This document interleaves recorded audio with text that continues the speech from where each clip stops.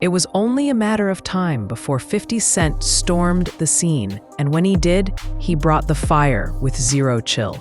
No mercy, just straight-up trolling vibes. Right after Cassie dropped her jaw-dropping evidence about those wild freak-offs, hotel suites dripping with baby oil, wigs, masks, and being secretly recorded. Is very detailed information about what she says Sean Combs was having her participate in. And these are those freak-offs and how he would be providing her with drugs, suggesting that she take the drugs. And then she said she wanted to take the drugs for every single freak-off in order to disassociate with what was taking place. She said on the stand that she hated participating in these freak-offs. So this morning, what we've been seeing so far is this playing of the freak-off. So we cannot see this, but the jurors have a privacy screen on their monitor, so they're able to see some videos as well as some still images that the government has focused on in regard to these freak-offs. For the testimony, because we do not have cameras inside a federal courtroom, we're bringing it to you and giving you some quotes from what's said inside while Cassie has been on the stand. So she has been talking about how she was detailing how Combs would recover after the freak-offs. They used IV fluids, massages, and chef-prepared meals. She also said that she depended on opiates to make her feel numb and added she had an ongoing off and on addiction to some of the drugs. So some of the testimony that she has been providing so far, she was also detailing her declining health as a result of the frequent freak-offs. She had stomach issues as well as constant UTIs. Sometimes she had to participate in the freak-offs while infected. So we've heard this theme while she has been on the stand. She was also talking about how at times when she would be in the middle of her freak-offs, she might have to vomit, and then Sean Combs would still force her to participate in the freak-offs, even though she was very, very... 50 was ready to make it a show. He hit the internet like a comedian owning a roast, dubbing Diddy Fruit Pop, clowning his shady hotel setups, and claiming the trial was spicier than any Netflix drop. He even flung up screenshots of text messages with clown emojis, taking jabs at whether Jay-Z was still riding with his pal. The trial kicked off with Cassie stepping up to the stand, and 50 couldn't keep quiet, knowing he and Diddy have been beefing since forever. So as you know, the Diddy trial started today, and Cassie hit the stage, and 50 Cent could not control himself. Now, you know 50 Cent and Diddy have been enemies for the longest, and 50 Cent finds every reason to poke at Diddy. But today, he got so much ammo, it don't make no sense. So, 50 Cent just posted a picture of Sean Diddy Combs' jewelry selection. It's a bunch of hymns. And he wrote the caption, "I'm not sure if this is fair, but don't worry, be happy." He's a fool. 50, you out of control for that. Then he goes on and posts this picture. "Your Honor, this theory of Cassie kicking Diddy's ass, I'm not buying it." Yo, he's AIing pictures of himself in the court. That's crazy. He also decided to hit him with this. Yo, this guy's out of control. "Diddy said in your mouth, shaking my head." Yo, Diddy, you gotta. Then he gonna post this. "Down on your luck? Not feeling good today? Well, look at the bright side. You could be Diddy. Chin up." So 50 Cent he has unlimited ammunition now, especially considering the fact that this trial might go on for who knows how long. He posted a pic of Diddy's jury selection, all women, with a cheeky caption like, "This fair? Don't worry, be happy." Then he kept the punches flying, tossing out AI-generated images of himself in court, joking that Cassie whooping Diddy's tail didn't add up, and hitting Diddy with zingers like, "Down on your luck? Chin up. At least you ate Diddy." With the trial stretching out, 50's got a bottomless clip of ammo, and he's not hitting the brakes. You heard what he just said, right? He's like, yo, certain things they let it go by because it's Puff. Like they would look, like he would say stuff, and it's like he wasn't like in the closet, he was like in the hallway. Now you see so much that you go, wait. No, this was visible, He guys. was in the hallway. We saw the video. Yeah, you see We saw that video. It comes out later. You're like, that's not the closet. That's the hallway. He didn't give a fuck. Like, you can tell that he was already. Nah, New Yorkers know. Because when Fab, he was like, yo, Fab, we ain't party. Fab was like, nah, we partying tonight. He's like, no, like, but he didn't party. Yeah. And I'm like, yo, they let that one go? Like, I had to say something about it later because I was like, oh, it was What did it feel like all these years? You being the only one calling this out? I look like I've been the crazy guy for a long They time. said you're a hater. They You're said a you're crazy. hater. You're do this. Yeah, and now everybody's complaining. My is hurting. There's all this shit that's coming. 50, you can't make jokes about it. No. The internet might come for you, bro. All I'm saying It is, might come from you. you see it now. All of these complaints. People were damn, they were and pillaged. This was what was going on, right? And what do I get for I went through years of a hater. You're a hater. You want this and that. I'm just watching. Like, I look at things and go, when you see the new lawsuit coming with Jay, the part with Jay, I go, oh shoot, like. Then I think about it, I go, that had to be there. So when I was saying that he was missing, he just wasn't actively being out there because they was dealing with that. Wait, do you think there's truth to the Jay thing? There's no way. Know, like that. Look, like if you say, I have this thing where I'm conflicted when it takes you 20 years to remember something happened to you. But under all the memes, this trial's heavy as hell. Cassie laid it all out, being tricked, taped, humiliated, and exploited. 50's not just roasting Diddy. He's dragging the whole industry for staying hush, calling out fake friendships and fake love. This ain't just gossip. It's a full-on reckoning, and Cassie's shining a light on some dark, twisted truths. Diddy built an empire on mystery and power, but now it's unraveling in court, splashing across headlines, and blowing up on 50's Instagram. When Cassie testified, the courtroom went pin-drop silent. No beats, no strobe lights, just her voice, steady but slicing deep. She spilled about being drugged, trafficked, and coerced into bizarre role-playing with strangers while Diddy creeped in the background. The prosecution's star witness taking the stand, but it was more than that. It was how Cassie took that stand. You could hear a pin drop when those doors opened, and a visibly pregnant Cassie Ventura walking past a man she had not seen in 6.5 years. A man she says violently abused her for a decade. A man the prosecution said trafficked her. Well, she sat across from him, placed her overcoat behind her, turning her body slightly toward the jury, rubbing her pregnant belly throughout her testimony. Diddy, well, he was more fidgety than he was the day before. He was passing notes. He pushed himself away from the defense table and largely sat like that.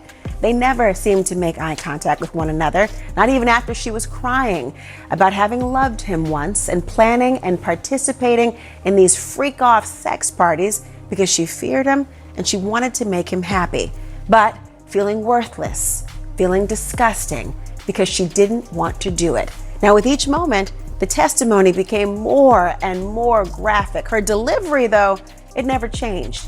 It was matter of fact, steady, calm. At times, she was even critical of herself, walking us all through how a 10-album record deal came over a 10-year period of abuse and sexual humiliation. And once you hear Cassie's testimony, you'll understand why the courtroom was so tense. She described the freak-offs in lurid detail. She testified about Diddy, who she called Sean, choreographing it all. And she explained a pattern of physical abuse that she could not escape. Cassie told the jury about one freak-off at a hotel where Diddy told her to get into an inflatable pool filled with warm baby oil. The prosecutor asked, "What concerns did you have about not getting into the pool with baby oil?" Cassie responded, quote, that, amongst other things, just his temper. If that is something that he wanted, Sean wanted to happen, that was going to happen. There wasn't another way around it. She described one freak-off where Diddy ordered her into an inflatable pool filled with warm baby oil. And when asked why she didn't push back, she said his temper made it clear there was no way out. This wasn't a one-time thing. It was a whole pattern, Lights, cameras, wigs, like a warped music video nobody asked for. And 50, he's out here glued to his phone, munching popcorn, tweeting like it's a live sports match. He's been on this for years, claiming he's the only one bold enough to call out the chaos while others stayed zipped. He's thrown shade at Jay-Z, questioning why he's still chilling with Diddy, and blasted other celebs for knowing the deal, but staying silent until the receipts dropped. Whispers even floated about Jay-Z being tangled in Diddy's mess, with a woman alleging both raped her at a party when she was just 13. A judge let her stay anonymous for now, but Jay-Z's crew is pushing back hard, calling it a straight-up blackmail attempt. The courtroom's getting grimmer every day. And a federal judge has ruled the woman alleging she was raped by Jay-Z and Sean Diddy Combs can remain anonymous. The woman says both men raped her at a party when she was 13 years old. Jay-Z's legal team had fought to get the case dismissed, arguing his accuser should have to reveal her name, but the judge disagreed. ABC's Morgan Norwood has the latest. A legal victory for the woman who is suing Jay-Z for allegedly raping her when she was 13. A federal judge ruling the woman can proceed with the case while remaining anonymous, at least for now. But the judge also chastising the lawyers representing Jay-Z, accusing them of trying to fast-track the judicial process by repeatedly filing motions to reveal the identity of the Jane Doe to have the case dismissed. The judge writing in a 5-page brief that the Carter's lawyers' relentless filing of combative motions containing inflammatory language and ad hominem attacks is inappropriate, a waste of judicial resources, and a tactic unlikely to benefit his client. The court will not fast-track the judicial process merely because the counsel demands it. This latest legal twist coming after the recently filed civil lawsuit by Jane Doe, claiming that Jay-Z, whose real name is Sean Carter, and P. Diddy, drugged and raped a 13-year-old girl at an after-party after the MTV Music Awards in 2000, while an unnamed celebrity watched. Jay-Z has vehemently denied all the allegations, putting out this statement 2 weeks ago, writing in part, "This is a blackmail attempt." The multi-platinum artist, who was 30 at the time, now a business mogul with decades of hits to his name, with songs like Run This Town. We are, yeah, I said it, we are. This is Rock Nation, pledge your allegiance. His attorneys have denied everything about Jane Doe's account and pointed to some alleged inconsistencies in her story. It's not just that this story is a lie and that it's not true. It's provably, demonstrably false. This never happened. The judge writing that while Jane Doe can remain anonymous for now, she may be required to reveal her identity at a later date to allow Jay-Z's lawyers to collect facts necessary to prepare for trial. Oftentimes, when someone is accused of a crime like this, the accuser doesn't want to be named, and if they are forced to be named, we have seen certain people decide to drop the lawsuit altogether. Morgan Norwood, thank you. And Tony Busby, the lawyer representing Jay-Z and Diddy's accuser, says in a statement to ABC News, quote, "I will say that the coordinated and desperate efforts to attack me as counsel for alleged victims are falling flat. We won't be bullied or intimidated." And we did reach out to Jay-Z and his team, but did not get a response. Cassie's testimony stayed cool, but cut like a knife, detailing how Diddy filmed her with other men, sometimes playing director, sometimes just lurking in the corner. She felt like a prop, not a person, something he owned. A male escort backed her story, saying he was paid thousands to sleep with Cassie while Diddy watched. And she looked terrified, like her soul wasn't even there. He left the hotel feeling sick, knowing something was deeply wrong, even if nobody said no. Diddy just sat there, stone cold, no reaction, while the room choked on the tension. 50's been vocal about Diddy's moves, saying he should have snatched the plea deal. After Cassie's third day on the stand, 50 jumped online posting, "After today's testimony, the diddler should have taken that plea." You have something huge coming up, which is a documentary about P. Diddy, Puff Daddy, P. Diddy. Yeah. Did he do it, right? Yeah. I know you've been heavy on social media talking about it. He did it. And I'm the only one who's been vocal about this long before it actually. Oh, you've been saying this for a long time now. And then no one was, they're just, why is he saying this? And now it's coming out like crazy. I mean, but I also didn't participate. I also didn't go to those parties. Yeah. So a lot of the celebrity culture that you don't hear saying anything is because they participated to a degree. What So was there a reason you never went to those parties back in the day? Obviously, I know what was going on there, but is there a reason you never did? I'm just not with all that freaky shit. Like all of the stuff that he's doing, I'm not into that type of stuff. I'm just a little more, maybe you could say basic or normal. You go into the 90s and Keefe D said he paid him to kill Tupac. Yeah. It's a little, like, you get the craziest accusations. You had TMZ created a docuseries, they went to Tubi, but the series is saying the downfall of... We're also expecting Cassie Ventura to take the stand later on today, which of course is going to be very interesting testimony to listen to. Oh, without a doubt, Kelly. As you know, she's key to this case. She really is, and her testimony could make or break things for the government and for Diddy. Tell me, just backing up for just a beat, you mentioned the witness on the stand currently, Daniel Phillip, the male escort. Starting things off yesterday, some really shocking pieces of information, as you know, came in, Kelly, about where he's detailing being asked to urinate on Cassie while Sean Combs was allegedly watching and masturbating. I'm curious if you noticed any reaction from the members of the jury when they were hearing a lot of that. So inside the courtroom there, everyone is being told they cannot have any outbursts or anything like that or any real reaction. So inside that courtroom, no. There also, Julie, is media overflow rooms. And inside those media overflow rooms, a lot of reaction. So the public is in there as well. The public is making a lot of reactions. You hear a lot of commentary when these details are coming out. Outbursts, the security is coming over and talking to a lot of the people, telling them that they have to keep it down. But other people inside the actual courtroom for the case where that's happening, no real reaction at all. But this testimony, as you mentioned, Julie, has been graphic in nature as he talked about, for instance, being asked to urinate onto Cassie, and he said she asked him to do that. He talked about Sean Diddy Combs being in the corner. He'd set the scene with lighting, control the camera angles, and hand out baby oil like it was a spa treatment. But this was no dream. It was a nightmare she couldn't escape. Cassie said Diddy would hit her up midday, texting stuff like, "Who you wanna f tonight? Wanna call someone?" Pushing her toward escorts and randos when all she wanted was him. If she didn't reply quick, he'd go ice cold. 50 even pulled up old shots, hinting Diddy and Jay-Z needed drugs to vibe with women. Cassie, the prosecution's star witness, walked in pregnant, passing the man she hadn't seen in over 6 years, the man she says brutalized her for a decade.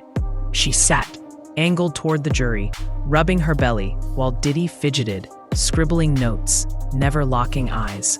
She spoke of loving him once, doing those freak-offs to keep him happy, but feeling worthless, disgusting, because she never wanted it. Now we're learning about the supplies that were apparently used in the freak-offs.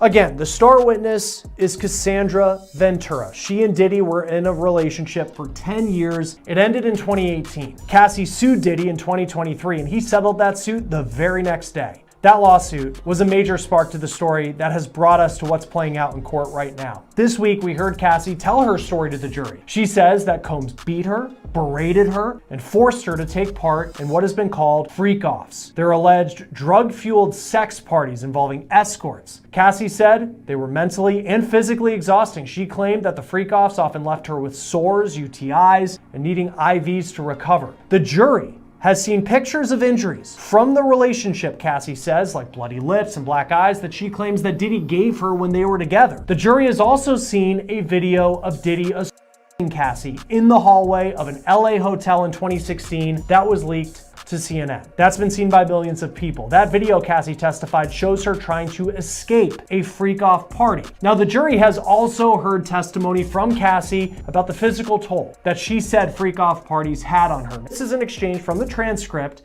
When she was speaking with the prosecution, she said, quote, "Occasionally, I would get sores on my tongue from the freak-offs, the taking drugs, substances, and just friction in my mouth." She says that friction wasn't just from oral sex, but also from having her mouth on things covered with oil and other lubricants. The jury, we know, has seen an image from the freak-offs, but we don't know what that image really looks like. Our reporter, who has been in the courtroom every day, says it was only shown to jurors. It was not shown to those who have been sitting in the gallery.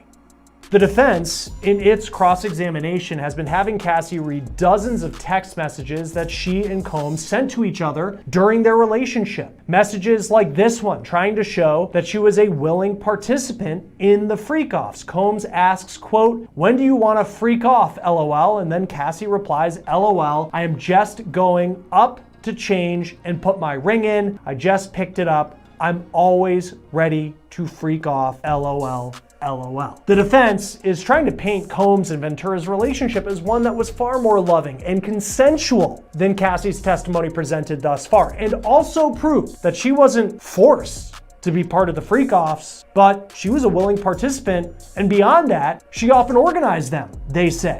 That she was the one who contacted the escorts often and put these things together. Her voice stayed even as she described sores on her tongue from drugs and friction, bloody lips, black eyes, and endless UTIs from the toll. The jury saw pics of her injuries and a leaked 2016 video of Diddy attacking her in a hotel hallway as she tried to flee a freak-off.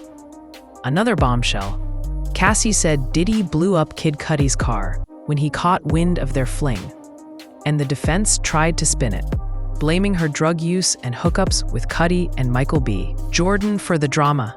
He's seemingly around Diddy. I don't know. That was a real suburb question. Yeah, I know, right? Proximity. And the proximity. Proximity. That's the SAT hit parade word. I learned that. Jim, do you think he knew all of the shit that was going on? Yeah, that was like a... I don't want to incriminate myself. I know, but the way he said it... Like I said. No matter how you answer that shit, you snitching. Yeah, exactly. That was a narc kind of question. Yeah. You asked the question like a fan. Hey, I grew up with white people, but one thing I know is how to get a black guy in trouble. But it's a great question. Yo, just give him the Happy Meal before you ask him to snitch, bro.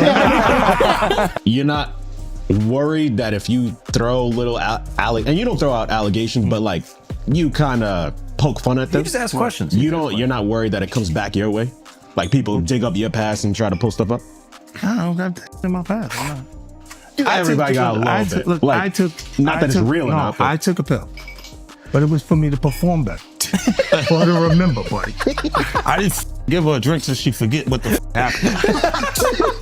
What the fuck is going on here, bro? Yes, I took the drink. I gave me the fucking drug to perform. So she could remember and possibly love me for that.